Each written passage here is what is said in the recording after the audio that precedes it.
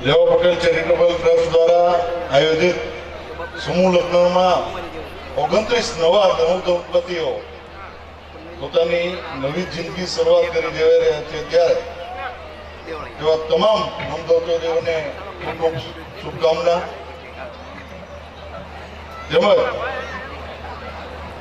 આ સમાજના મંચસ્થ નામ નથી લેતો, સમય પણ ઘણો થઈ ગયો છે. અલગ અલગ ક્ષેત્રોમાંથી, રાજકીય ક્ષેત્ર હોય, સામાજિક ક્ષેત્ર હોય કે ઔદ્યોગિક ક્ષેત્ર કે બિઝનેસમાંથી જોડાયા લેવા પટેલના દીકરાઓ જે બેઠા છે એ તમામ સ્ટેજ ઉપરના લેવા પટેલના દીકરાઓ અને સામે લેવા પટેલના તમામ વડીલો, માતાઓ, બહેનો અને દીકરીઓ. મિત્રો, કદાચ આ મંચ સમૂહ લગ્નના માધ્યમથી આપણે આજે ભેગા થઈ રહ્યા છીએ ત્યારે બે જણાએ ટકોર મને કરી, એક તો કાળુબાપા અને એક પ્રતાપભાઈ. કારણ કે સમાજમાં આપણે ભેગા થવાના આટલા માધ્યમથી બહુ ઓછું થાય. ત્યારે એક સંયુક્ત કુટુંબની વાત થઈ ત્યારે 25 વર્ષના 3 તબક્કાની વાત કરીએ.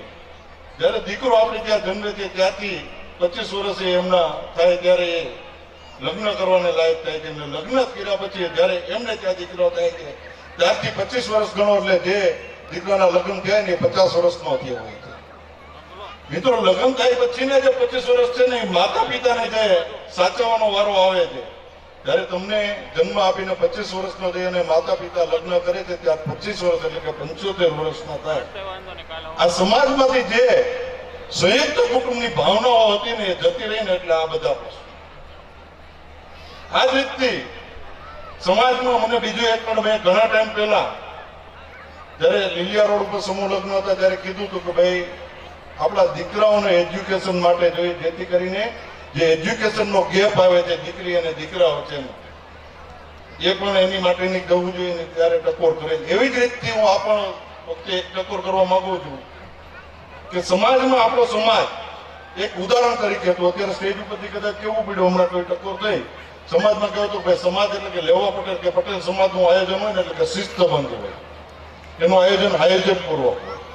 તો આપણો સમાજ છે એક બીજાને પ્રેરણાદાયક હોય છે. ત્યારે સમાજના કોઈ પણ કાર્યક્રમ હોય ત્યારે સમાજના જે આપણા આવેલા લોકોએ એ જોવું જોઈએ કે આપણે અહીંથી કેવું પણ. અને અત્યારે જે સૌથી મહત્વનું જે પરિસ્થિતિ આપણી જે સમાજમાં છે મિત્રો, આગામી પેઢી દેશ માટે પણ અને સમાજ માટે પણ વ્યસનની વાત. આ માટે સમાજના જે આગેવાનો અહીંયા બેઠા છે બધા એ ધ્યાન દોરવું જોઈએ કે આની માટેનો પણ કઈ ઝુંબેશ ઉપાડવો પડે તો એની માટેનું પણ અમને જે કઈ જવાબદારી આપશે તો સાવણો પકડવાની પણ તૈયારી હશે. તન મન ધનથી અમે જ્યાં જ્યાં જરૂર પડશે સમાજને, જ્યાં સમાજ જે જવાબદારી આપશે, એક સમાજના દીકરા તરીકે મને યાદ છે કે અમે તો બહુ નાના હતા, અખાડામાં જ્યારે પહેલો કાર્યક્રમ લેવા પટેલ સમાજનું આયોજન થયું ત્યારે અમે પીરસવા તરીકે, કાર્યકર્તા તરીકે પણ કામ કર્યું હતું. આજે પણ એક સેવક તરીકેનું કામ કરવા માટે તૈયાર છીએ. અને આવા સુંદર કાર્યક્રમમાં અમને જે ઉપસ્થિત રહેવાનો મોકો આપ્યો તે બદલ તમામ સમાજના આગેવાનો અને ડીકેથી લઈ અને આખી ટીમનો હું ખૂબ ખૂબ આભાર માનું છું. ફરીવાર આયોજન બદલ હું આખી ટીમનો ખૂબ ખૂબ અભિનંદન સહ આભાર માનું છું. જય ખોડલમાં, જય ભજનમાં.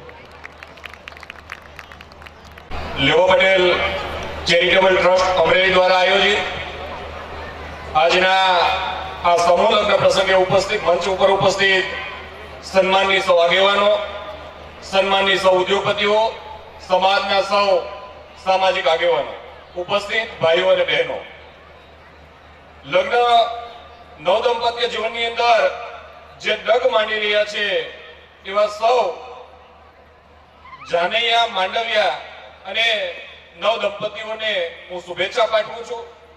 સાથે સાથે એ મંચ ઉપરથી આદરણીય પ્રતાપભાઈએ જે વાત કરી એ વાત આપણો સમાજ એટલે ગામડા સાથે જોડાયેલો સમાજ, આપણો સમાજ એટલે ખેતી સાથે જોડાયેલો સમાજ, આપણો સમાજ એટલે મહેનતુ સમાજ.